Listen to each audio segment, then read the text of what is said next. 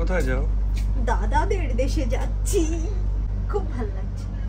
কতদিন থাকবা? কতদিন থাকবা?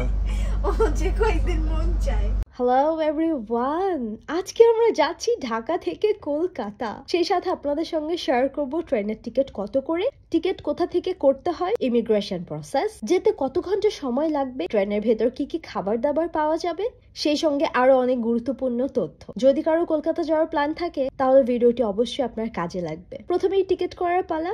আমার হাজবেন্ড গিয়েছিলেন ঢাকা কল্যাণপুর রেলওয়ে স্টেশনে, আর ওখান থেকেই টিকিট করতে হয়। অনলাইন বা ঢাকার অন্য কোনো জায়গা থেকে কিন্তু টিকিট করার কোনো সিস্টেম নেই। টিকিট কাউন্টারে ঢুকতেই আপনারা মৈত্রী এবং মিতালি এক্সপ্রেসের টিকিট কাউন্টার দেখতে পারবেন। টিকিট করার জন্য কিন্তু সঙ্গে অবশ্যই থাকতে হবে ভ্যালিড পাসপোর্ট এবং ইন্ডিয়ান ভিসা। এছাড়াও কি কি লাগবে না লাগবে সেই সব ইনফরমেশন আপনারা ওখানেই পেয়ে যাবেন। আমরা টিকিট করেছি মিতালি এক্সপ্রেসে, আর আমাদের ট্রেন ছাড়ার সময় সকাল 8:15। আমাদের ট্রেন ছেড়ে যাবে ঢাকা ক্যান্টনমেন্ট রেলওয়ে স্টেশন থেকে। আমরা 6টার মধ্যে পৌঁছে গেছি। এসে ইমিগ্রেশন ফর্ম ফিলআপ করে নিলাম। ফর্মে জাস্ট পাসপোর্টের বেসিক ইনফরমেশন গুলোই লিখতে হয়। তারপর লাগেজ স্ক্যানিং করা হলে ইমিগ্রেশন ডেস্কে দেখাতে হবে train ticket, passport, visa, NOC, এছাড়াও পাসপোর্টের ডলার এন্ডোর্স করা আছে কিনা এগুলো চেক করা হলে ইমিগ্রেশন শেষ করেই আমাদের ট্রেন যাত্রা শুরু। ও টিকিট করার পর টিকিটটা অবশ্যই চেক করবেন, দেখবেন টিকিটের উপর আপনার নাম, পাসপোর্ট নাম্বার, জার্নি ডেট সবকিছু ঠিকঠাক আছে কিনা। তো আমাদের দুজনের জন্য আমরা এসি কেবিন নিয়েছি, যার ভাড়া পড়েছে পার পার্সন 4,900 টাকা করে, দুজনের 9,800 টাকা। আর আমরা গিয়েছিলাম একজন 2024 তারিখে, আর ওই সময় নির্বাচনের জন্য কোনো লোকজনই ছিল না, বলতে গেলে এক কথায় ফাঁকা ছিল। আর কেবিন গুলো তো একেবারেই ফাঁকা ছিল। এমনকি ইমিগ্রেশনেও আমাদের দাঁড়াতে হয়নি, কারণ লাগেজ স্ক্যানিং করানোর সময় আমরা মাত্র দুজনই ছিলাম ওখানে। আমাদের কেবিনটা 6 জনের, কিন্তু আমরা ছিলাম মাত্র 3 জন। 3 জনের মধ্যে একজন ছিল ডক্টর। আর কিছুক্ষণ পরেই আসলে আমাদেরকে আরেকটা কেবিন দেওয়া হয়, যেটা পুরোটাই আমাদের ছিল। আমরা আসলে অনেক মজা করতে করতে যাচ্ছিলাম। এখানে অনেক হাসাহাসি হচ্ছিল, কারণ এসিটা এত ঠান্ডা হয়ে যাচ্ছিল যে সবাই বলা বলি করছিলাম বাসা থেকে একটা শীতের কাপড় আনা দরকার ছিল।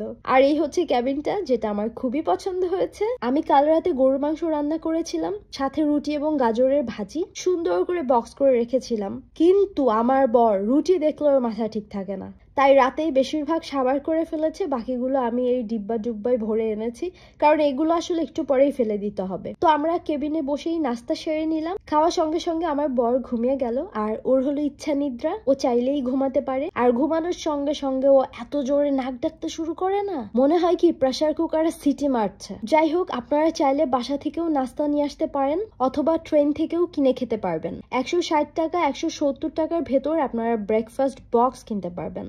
এবং নাস্তার পরে কফি খাওয়ার ব্যবস্থাও রয়েছে ট্রেনের মধ্যেই, যার দাম মাত্র 30 টাকা। এবং নাস্তার কিছুক্ষণ পরে লাঞ্চের অর্ডার নিতে শুরু করে। দুপুরের খাবারও ট্রেনেই অর্ডার করতে পারবেন। চিকেন বিরিয়ানি খেলে 190 টাকা, আর মাছ ভাত খেলে 180 টাকা।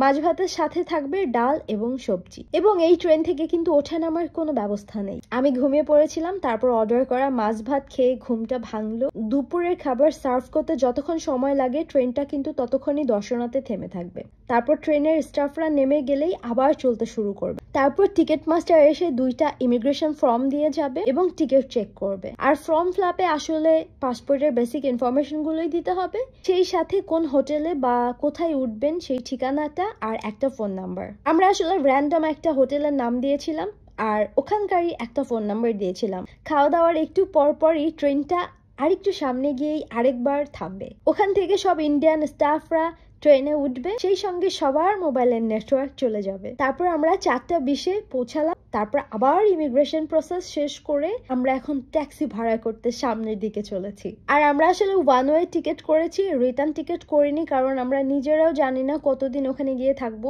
কারণ গরম বেশি হলে 4-5 দিন, আর যদি ঠান্ডা থাকে তাহলে আমরা ওখান থেকে হয় কাশ্মীর চলে যাব, না হলে সিকিম চলে যাব। সেখানে গিয়ে 10-12 দিন সময় লেগে যাবে। তো সেরকম প্ল্যান করেই আসা হয়েছে। এখন বাকিটা পুরোটাই ডিপেন্ড করছে আসলে ওয়েদারের উপরে। কলকাতাতে গরমের সময় ভয়ঙ্কর গরম পড়ে, এর আগেও এসেছি। অ্যান্ড এখানটাতে নামার পরে আসলে ঠান্ডাই লাগে, মনে হয় সবকিছু ঠান্ডা আছে। কিন্তু নিউ মার্কেটের ওদিকে গেলে, কলকাতাতে মার্কিউ স্ট্রিটের ওই সাইডটাতে গেলে তারপরে বোঝা যায় যে আসলে গরম কতখানি। এখানে একটু পোস্ট পাস দিয়ে ছবি টবি তুললাম, এই জায়গাটা আমার ভালোই লাগে বেশ। তো ছবি টবি তোলা শেষে আমরা ট্যাক্সি ভাড়া নিতে শুরু করলাম। ট্যাক্সি ভাড়ার সময় একটা গ্রুপ ধরে আসে এবং সবার একটা মুখস্থ কথা থাকে 500 রুপি 500 রুপি, মানে যেই যা চাবে সবাই বাকিরা একদম সেম চাইতে শুরু করবে।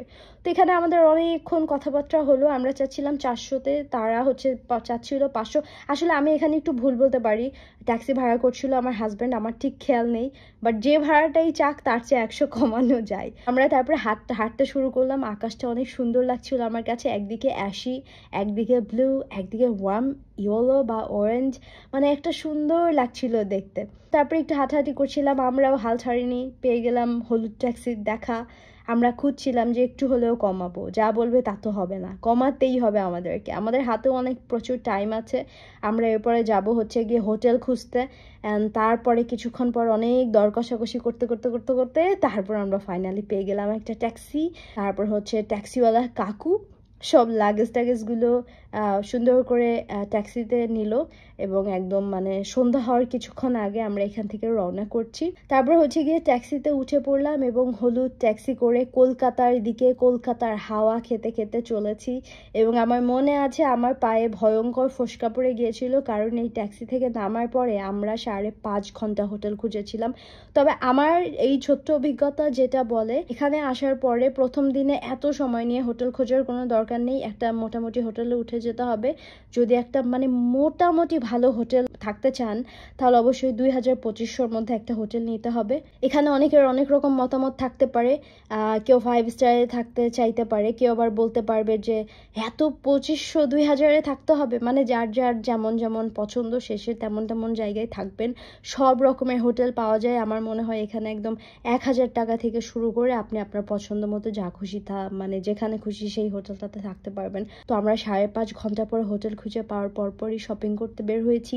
আমার অনেক পছন্দের জায়গায় এসেছি জুতা কিনতে, আর আমার পছন্দ মানে হচ্ছে কি জুতার ব্যাগ। তো আমি প্রচুর শপিং করেছি। আমি এসেছি শপিং করতে আমার অ্যানিভার্সারির সামনে, সেইটার জন্য এবং ঈদের জন্য, সে সব মিলে শপিং টপিং করব। তারপরে একটা অটোতে উঠে পড়লাম, বাস অটোওয়ালা এক জায়গায় নামিয়ে টামিয়ে দিল। ঘোরাফেরা শেষে এখন রাত হয়েছে, আমাদের খাবার দাবার খেতে হবে, তাই চলে আসলাম আমরা আব্দুল খালেক হোটেলে। এই হোটেলের খাবার সত্যি অনেক মজা, আগে আরও অনেক মজা ছিল, এখন অনেক মজা আছে। আপনারা যারা খেয়েছেন তারা জানেন, এবং যারা আসবেন তারা হচ্ছে গিয়ে এখানে এই যে মার্কিউ স্ট্রিটের আশেপাশে যে কাউকে বললেই হবে যে আমরা আব্দুল খালেক হোটেলে যাব, চিনিয়ে দেবে। তো তারপর আমরা একটু হাঁটাহাঁটি করলাম সন্ধ্যাবেলা, একটু না আসলে অনেক হাঁটাহাঁটি করেছি। আর এখানে এই যে কেটে কেটে ফল বিক্রি করে 50 টাকা করে, তো এখান থেকে ফল টলও কিনে খেয়ে ফেললাম। এই ছিল আমাদের আজকের ব্লগ, আবারও দেখা হবে নেক্সট ব্লগে। সবাই ভালো থাকবেন, সুস্থ থাকবেন, আল্লাহ হাফেজ, বাই বাই।